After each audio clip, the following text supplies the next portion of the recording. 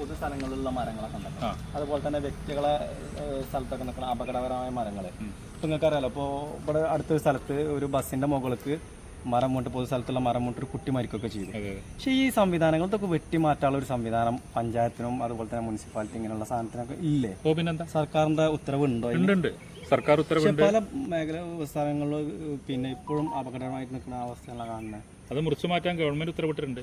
പിന്നെ നിലവിൽ തന്നെ ഇപ്പോൾ ഈ കാലവർഷം ശക്തിപ്പെട്ട സാഹചര്യത്തിൽ ദുരന്ത നിവാരണ നിയമപ്രകാരം ഇതുപോലെ തന്നെ റോഡ് സൈഡിലോ അല്ലെങ്കിൽ പൊതുസ്ഥലത്തോ ഇനി സ്വകാര്യ വ്യക്തികളുടെ പറമ്പിലോ ഒക്കെ അപകടകരമായിട്ട് ജീവനും സ്വത്തിനും അപകടകരമായിട്ടുള്ള മരങ്ങളും അതിൻ്റെ മരത്തിൻ്റെ കൊമ്പുകളൊക്കെ പെട്ടെന്ന് മുറിച്ചു മാറ്റാൻ ഗവൺമെൻറ് ഉത്തരവിട്ടിട്ടുണ്ട്.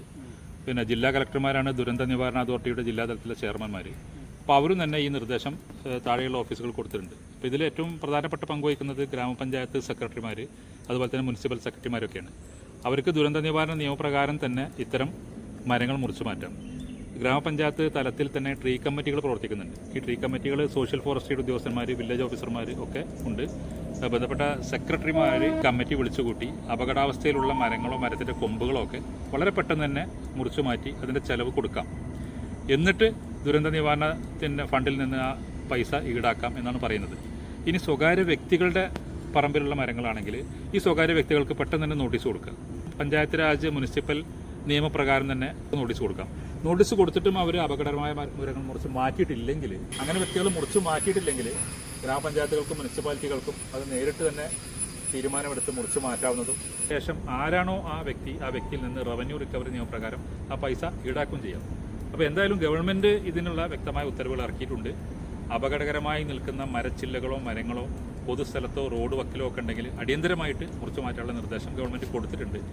ഏതെങ്കിലും തദ്ദേശഭരണ സ്ഥാപനങ്ങളോ മറ്റോ ഇതിൽ നടപടി സ്വീകരിച്ചിട്ടില്ലെങ്കിൽ പൊതുജനങ്ങൾക്ക് ഇത് അവരുടെ ശ്രദ്ധയിൽപ്പെടുത്തി ഈ നടപടി സ്വീകരിക്കാവുന്നതാണ്.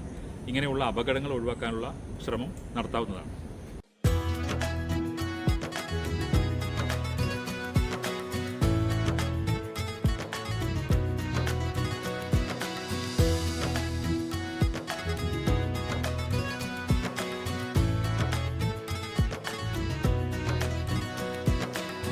എന്തായാലെന്താ എന്നുള്ള ചിന്ത വല്ലാത്തൊരു